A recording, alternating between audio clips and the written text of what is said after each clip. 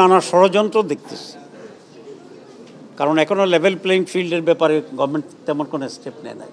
আসলে আমরা নির্বাচন নিয়ে আমাদের কোনো আমরা নির্বাচন চাই, নির্বাচন হওয়া উচিত এবং নির্বাচন ফেব্রুয়ারি মাসে যদি হয় তাতে আমাদের কোনো ধরনের আপত্তি নেই। নির্বাচনে যাওয়ার প্রস্তুতি আমাদের আছে আলহামদুলিল্লাহ, কিন্তু নানা ষড়যন্ত্র দেখতেছি, কারণ এখনো লেভেল প্লেইং ফিল্ডের ব্যাপারে গভর্নমেন্ট তেমন কোনো স্টেপ নেয় নাই। নির্বাচন কমিশনের অনেকগুলো কাজ, যেমন প্রবাসীদের ভোটার করা, তারপরে বিভিন্ন আইন তৈরি করা, ভোটার লিস্টকে আপডেট করা, বিদেশের ভোটারগুলোকে করা, তাদের কমিটমেন্ট আছে প্রবাসীদের ভোটের ব্যাপারে, সেটা এখনো করে নাই। It will take more than 6 months। তাহলে আমরা যদি জুলাইতে নির্বাচন ধরে নেই, তো তাহলে এসব প্রস্তুতি তো আরও জোরদার হইতে হবে। সেই জন্যই আমাদের কাছে একটু আশঙ্কা লাগে যে কোনো জায়গা থেকে কনস্পিরেসি আছে কিনা।